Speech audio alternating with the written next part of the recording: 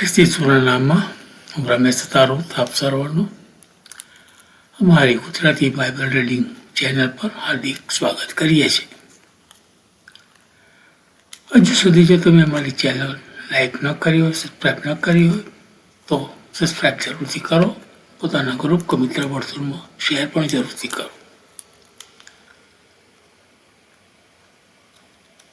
આ સમય, આ ઘડી, આ તક આપણે પવિત્ર પુસ્તક બાઇબલ તેનું વાંચન કરવાના છીએ.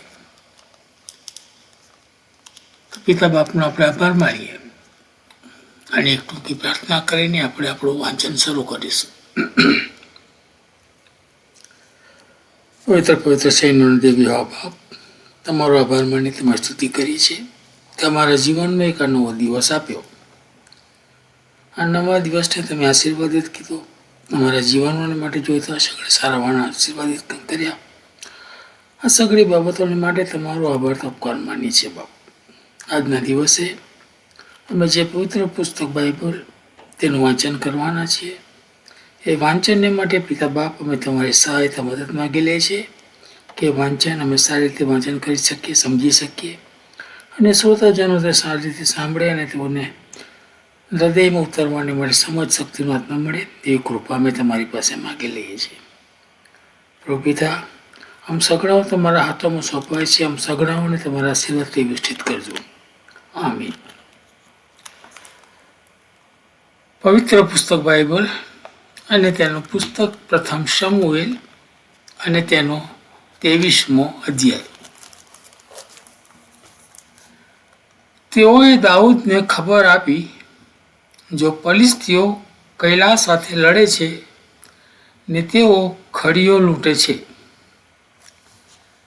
તેથી દાઉદે યહોવાની સલાહ પૂછી, હું જઈને એ ફલિસ્તીઓને મારું?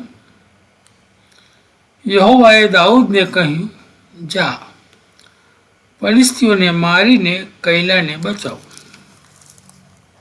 અને દાઉદના માણસોએ તેને કહ્યું,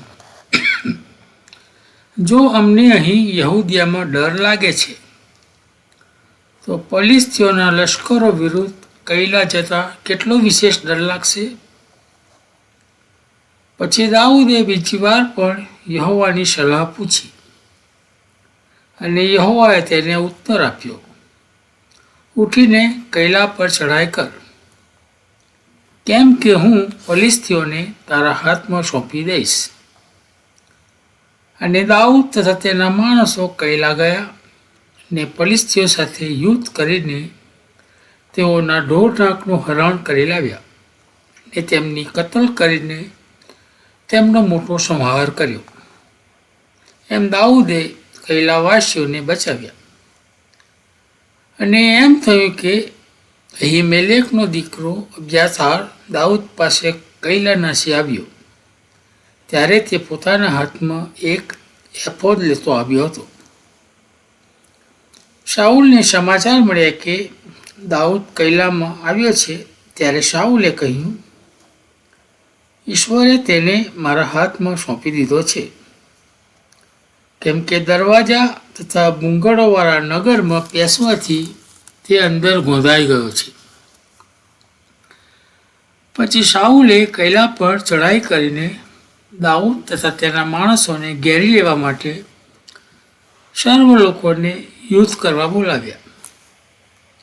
દાઉદ જાણતો હતો કે શાઉલ મને ઉપદ્રવ કરવા યુક્તિઓ રચે છે, તેથી તેણે અબ્યાતાર યાજકને કહ્યું, એફોદ અહીં લાવ. પછી દાઉદે કહ્યું, હે ઇઝરાયેલના ઈશ્વર યહોવા, તમારા સેવકે નક્કી સાંભળ્યું છે કે મારે લીધે નગરનો નાશ કરવા શાઉલ કૈલા આવવાનો લાગ શોધે છે. શું કૈલાના માણસો મને તેના હાથમાં સોંપી દેશે? તમારા સેવકના સાંભળ્યા પ્રમાણે શાઉલ અહીં આવશે શું? હે ઇઝરાયેલના ઈશ્વર યહોવા, હું તમને આજીજી કરું છું કે તમે તમારા સેવકને તે જણાવો. યહોવાએ કહ્યું, તે આવશે. ત્યારે દાઉદે કહ્યું, શું કૈલાના માણસો મને તથા મારા માણસોને શાઉલના હાથમાં સોંપી દેશે? યહોવાએ કહ્યું, તેઓ તને સોંપી દેશે. ત્યારે દાઉદ તથા તેના માણસો, જે આશરે 600 હતા, તે ઉઠીને કૈલામાંથી નીકળી ગયા ને જ્યાં જવાય ત્યાં જતા રહ્યા. અને શાઉલને સમાચાર મળ્યા કે દાઉદ કૈલામાંથી નાસી ગયો છે. તેથી તેણે ત્યાં જવાનું માંડી વાળ્યું. દાઉદ રાનમાં મજબૂત ગઢોમાં વસ્યો અને જીફના રાનમાં પહાડી પ્રદેશમાં રહ્યો. શાઉલ દરરોજ તેને શોધ્યા કરતો હતો, પણ ઈશ્વરે દાઉદને તેના હાથમાં સોંપ્યો નહીં. દાઉદે જોયું કે શાઉલ મારો જીવ લેવા માટે બહાર નીકળેલો છે. અને દાઉદ જીફના રાણમાં આવેલા હોરેશમાં હતો. અને શાઉલનો દીકરો યોનાથાન ઉઠીને હોરેશમાં દાઉદ પાસે ગયો ને ઈશ્વરમાં તેનો હાથ મજબૂત કર્યો. યોનાથાને તેને કહ્યું, બીસ નહીં, કેમ કે મારા પિતા શાઉલનો હાથ તને ખોડી કાઢી શકશે નહીં. તું ઇઝરાયેલનો રાજા થશે ને હું તારાથી બીજે દરજ્જે હોઈશ. અને એ તો મારા પિતા શાઉલ પણ જાણે છે. પછી તે બંનેએ યહોવાની આગળ કરાર કર્યો અને દાઉદ હોરેશમાં રહ્યો ને યોનાથાન પોતાને ઘેર ગયો. ત્યાર પછી જીફીઓએ ગિબિયામાં શાઉલ પાસે આવીને કહ્યું, અરણ્યની દક્ષિણે હકીલા ડુંગરના હોરેશના ગઢોમાં દાઉદ અમારી મધ્યે સંતાઈ રહ્યો નથી શું? માટે હવે હે રાજા, તમારા મનની ત્યાં આવવાની બધી ઈચ્છા પ્રમાણે ત્યાં આવો અને તેને રાજાના હાથમાં સોંપી દેવો, એ અમારું કામ. શાઉલે કહ્યું, તમે યહોવાથી આશીર્વાદિત થાઓ, કેમ કે તમે મારા પર દયા કરી છે. કૃપા કરીને જઈને તે વિશે હજી વધારે ખાતરી કરો. તેના હરવા ફરવાની જગ્યા તથા ત્યાં તેને કોણે જોયો છે તે જાણો અને જુઓ, કેમ કે મને ખબર મળી છે કે તે ઘણી ચાલાકીથી વર્તે છે. માટે જાઓ ને તેની સંતાઈ રહેવાની સર્વ જગ્યાઓ જાણી લઈને જરૂર મારી પાસે ફરીથી આવજો, એટલે હું તમારી સાથે આવીશ.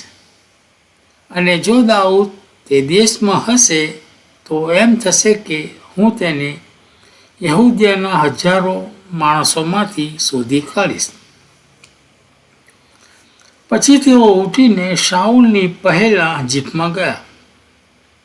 પણ દાઉદ એ તેના માણસો તો માઓન રાનમાં અરણ્યની દક્ષિણે અરાબામાં હતા. અને શાઉલ તથા તેના માણસો તેને શોધવા ગયા. લોકોએ દાઉદને એ વાતની ખબર આપી. માટે તે ખડક પાસે ઉતરી આવીને માઉનના રણમાં રહ્યો. તે સાંભળીને શાઉલ માઉન રણમાં દાઉદની પાછળ પડ્યો. શાઉલ પર્વતની આ બાજુએ ગયો ને દાઉદ તથા તેના માણસો પર્વતની પેલી બાજુએ ગયા. દાઉદે શાઉલની બીકને લીધે છટકી જવા ઉતાવળ કરી, કેમ કે શાઉલે તથા તેના માણસોએ દાઉદને તથા તેના માણસોને પકડવા માટે તેઓને ઘેરી લીધા હતા. એટલામાં એક હલકારાએ શાઉલ પાસે આવીને કહ્યું, જલ્દી ચાલો, કેમ કે ફલિસ્તીઓએ દેશમાં ધાડ પાડી છે. આથી શાઉલ દાઉદની પાછળ લાગવાથી પાછો ફરીને ફલિસ્તીઓની સામે ગયો. માટે તે જગ્યાનું નામ તેઓએ શેલા હામમાં હલકોત પાડ્યું. દાઉદ ત્યાંથી નીકળીને એન ગેદીના ગઢોમાં રહેવા ગયો. પ્રભુ આ વાંચેલા વચનોને પુષ્કળ આશીર્વાદિત કરો. પ્રાર્થના કરીએ. હે આકાશવાસી પરમ પિતા પરમેશ્વર, રાજાઓના રાજા અને પ્રભુઓના પ્રભુ, અમે તમારો ધન્યવાદ કરીએ છીએ બાપ, કે તમે અત્યાર સુધી મેં સાચવ્યા, સંભાળ્યા, તમારામાં દોરો છો, ચલાવો છો. સહરણ માટે બાપ અમે તમારો પુષ્કળ આભાર માનીએ છીએ. હા પ્રભુ પિતા, તમે અમારી પુષ્કળ કાળજી લો છો પ્રભુ, અમને સાચવો છો, સંભાળો છો, અને રોજ દિવસમાં પ્રભુ તમે દિવસે દિવસે તમે આશીર્વાદ પૂરા પાડો છો. શરીરે નિરોગી તંદુરસ્ત રાખો છો. સહરણ માટે બાપ અમે તમારો ધન્યવાદ કરીએ છીએ પ્રભુ. જે વચનો વાંચવામાં આવે એ વચનો પર તમારા પુષ્કળ આશીષ અને તમારી કૃપા આવવા દેજો. આ વચનો દ્વારા કોકાતમાં પ્રભુ તમારી ગમ ફરે અને આકાશમાં ભજો તો આનંદ કરે એવું તમે થવા દેજો. હા પ્રભુ પિતા, તમે જે અમને બધા સાધનો પૂરા પાડ્યા છે પ્રભુ, એ સહરણ માટે પણ અમે તમારો ધન્યવાદ કરીએ છીએ. આ સાધનો દ્વારા પણ પ્રભુ મોબાઈલ, ટીવી અનેક રીતે પ્રભુ આજે તમારા વચનો ઠેર ઠેર પહોંચે પ્રભુ, તમને વધુ લોકો ઓળખતા થાય બાપ, અને તમારો મહિમા થાય એવું તમે થવા દેજો.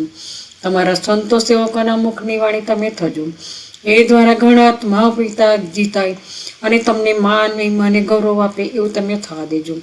હા પ્રભુ પિતા, ઘણી બધી જગ્યાએ લડે છે, ઝઘડા છે, ઘણું બધું નુકસાન થઈ રહ્યું છે, વાવાઝોડું છે પ્રભુ, કેલિફોર્નિયામાં આગ પ્રભુ જોલવાઈ નથી, લડાઈઓ ચાલે છે. ત્યારે બાપ આ તો બધું તમારા આવવાની નિશાનીઓ છે, અને તમારા વચનો પ્રભુ પૂરા થઈ રહ્યા છે.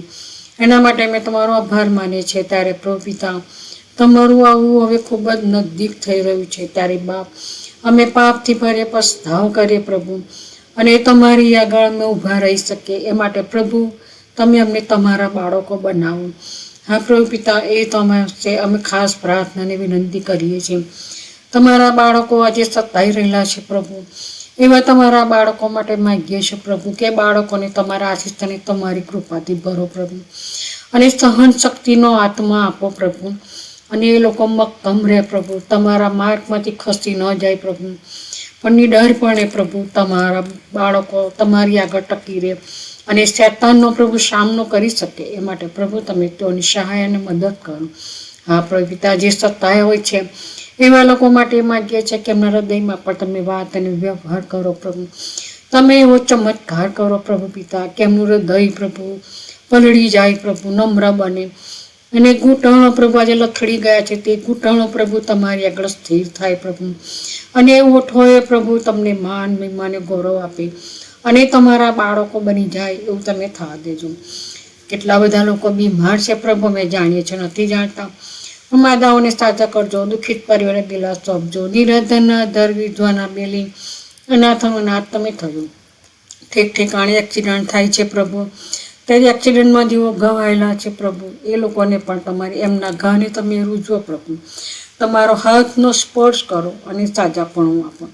ઘણા બધાના ઘરમાં પ્રભુ મુશ્કેલી, પ્રશ્ન, વિટંબણાઓ છે, ઝઘડાઓ છે, ઘણું બધું થઈ રહ્યું છે. ત્યારે પ્રભુ પિતા, આ બધું પ્રભુ તમે સારું કરો, શાંત કરો બાપ, એ તો અમે પ્રાર્થના કરીશું પ્રભુ. ફરીને મળે ત્યાં સુધી પ્રભુ પિતા તમે અમારી સાથે ને પાસે રહેજો, અમારા પાપ, ગુનાહ, અપરાધોની ક્ષમા કરજો. જે કંઈ માગ્યું તમારા દીકરાના નામથી માગીએ છીએ, સાંભળો અને સ્વીકાર કરજો બાપ. આમીન, આમીન.